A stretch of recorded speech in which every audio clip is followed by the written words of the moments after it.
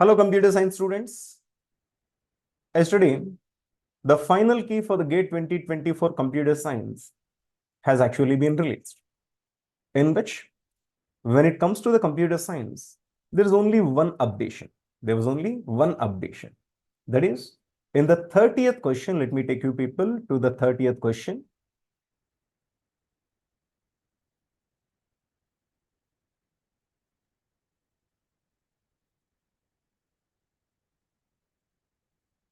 In the 30th question, as you can see on the screen, there is one minor change.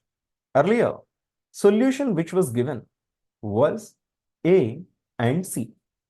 The correct solution for this question, which is for computer architecture, which falls in computer architecture and organization, the solution was given A and B. Sorry, A and C. In the updated solution, B also has actually been added. So correct answer for this is A, B, and C. Now we will look at this question completely and we will try to understand. See, this is a simple question. We don't need to think too much about this question. It's a simple computer architecture and organization. And the topic is pipeline. The question belongs to the computer architecture and organization, and the subtopic is pipeline. And the question is very simple. Let us have a look at this. Consider a 5-stage pipeline processor with an instruction fetch, instruction decode, execution, and memory access, and the register write back stages. Which of the following statements about the forwarding are correct? He is talking about operand forwarding method to avoid data hazards.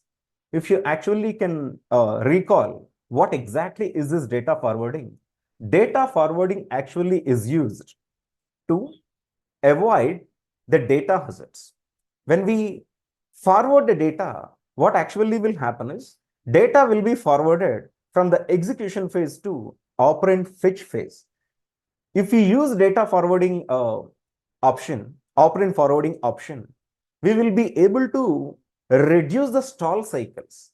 When we reduce the stall cycles, it improves the performance. Now, with respect to this, what actually are the correct answer? We will analyze. Let us have a look at the option A. In option A, in a pipeline execution, forwarding means the result from a source stage of an earlier instruction is passed on to the destination stage of a later instruction. Exactly, this is the meaning of the forwarding. Result of the previous instruction will be forwarded directly to the following instruction from the execution stage to the operand fetch phase. Whenever the following instruction requires the operand will get forwarded from the previous instruction. Obviously, option A is correct. Second one is option B. In forwarding, the data from the output of the memory stage can be passed to the input of the execution stage of the next instruction. Obviously, output of the memory stage can be passed to the input of the execution stage of the next instruction. Now, when I am executing an instruction, what are the prerequisites? For an example, there is an instruction X, followed instruction is Y. Now Y is dependent on X. Whenever Y is executing, it may require the operand of X, that is the output of the X, should be given as an input to the Y. So whenever I am executing, directly I can collect the input from my previous instruction. So obviously, with respect to that, B also is correct. The third one is forwarding cannot prevent all the pipeline stalls. Of course, this also is correct. Why? Because operand forwarding only can handle a certain hazards. When it comes to the hazards, there are 3 types of hazards. What are those? The first hazard is a data hazard. Second hazard is the structural hazard.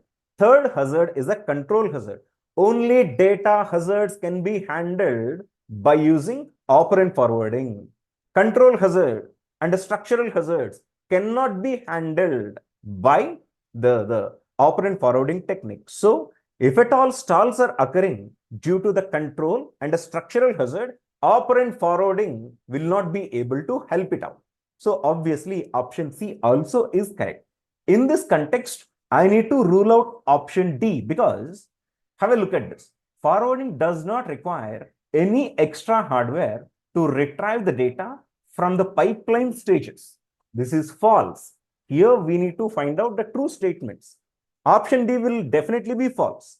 Here, if you simplify this option D is stating that we don't require any additional hardware to implement operand forwarding. Obviously, in order to implement operand forwarding, we need to connect two phases by some external lines, by some additional lines. That means we need to have a requirement of an additional hardware to realize operand forwarding. Earlier in the previous key that was released, only A and C were given. Now I clearly explained you B also is the correct statement with respect to the operand forwarding, but not D. Okay, so in the updated key, B is added. In the earlier key, there was only A and C, but not B. Now they have also added B. This is what I also imagined earlier. Now I just have come up to clarify about the solution. Now when it comes to the other shift, there is no updation at all. There is no updation at all. Only in the current shift, this is an updated one. Okay, in the shift 2, there is no absolute change at all. Okay, now the result can be announced any time sooner. So you brace up yourself. Already you might have predicted your score, you might have predicted your rank, and now this is the time all set to announce the result, to know the results. Right after the results are finally announced, I'm sure most of you people will be able to crack the GATE exam with a very high rank, with a very, very good score, so that you will be able to realize your dreams, make your dreams come true by getting a seat either in NITs or IITs. Thank you so much.